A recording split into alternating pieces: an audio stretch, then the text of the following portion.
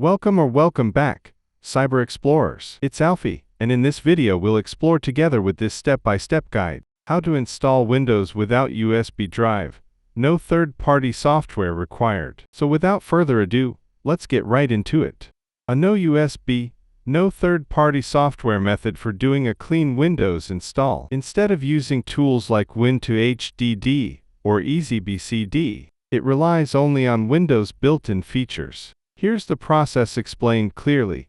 Download the ISO, go to Microsoft's official site and download the Windows ISO. Create an installer partition, open Disk Management, Windows key plus X, then select Disk Management. Shrink your main drive C by about 10 GB, 10,240 MB in my case.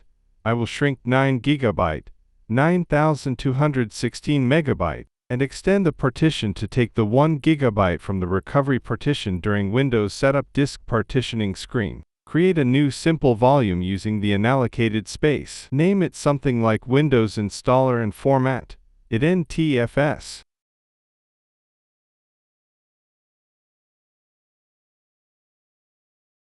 Copy ISO files. Right-click the ISO and select Mount. Copy all files from the mounted ISO virtual DVD drive. Paste them into the new Windows installer partition. This partition now acts like a bootable installer.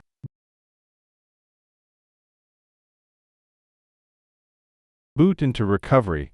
Restart your PC into advanced startup recovery mode. Hold Shift plus Restart PC. Navigate to Troubleshoot, then Advanced Options, then Command Prompt.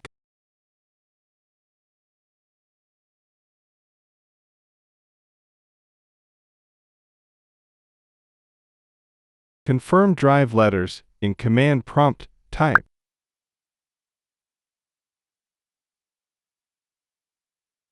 Identify the drive letter of the installer partition, for example, D. Exit disk part. Launch setup. Type.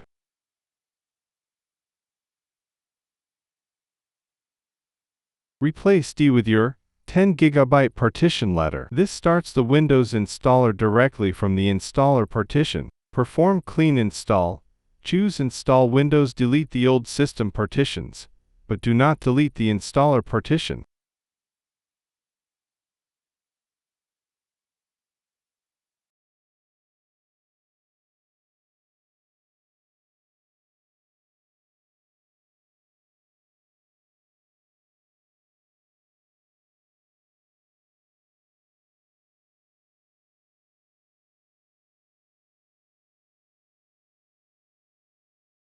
Select the remaining unallocated space to install Windows, and proceed with the Windows installation. Windows will install, reboot several times, and guide you through OOBE, or out-of-box experience, region, keyboard, account setup. After installation, you'll boot into a fresh Windows desktop. You can keep the installer partition for future reinstalls, or delete it later via disk management. If you delete it, you may want to adjust partitions, remove then recreate recovery partition, extend C, etc. And that's it for today. If you found this video helpful, please give it a thumbs up, consider subscribing, and don't forget to activate the notification bell so you won't miss out on any new uploads. Thank you for watching. Until next time, see you later.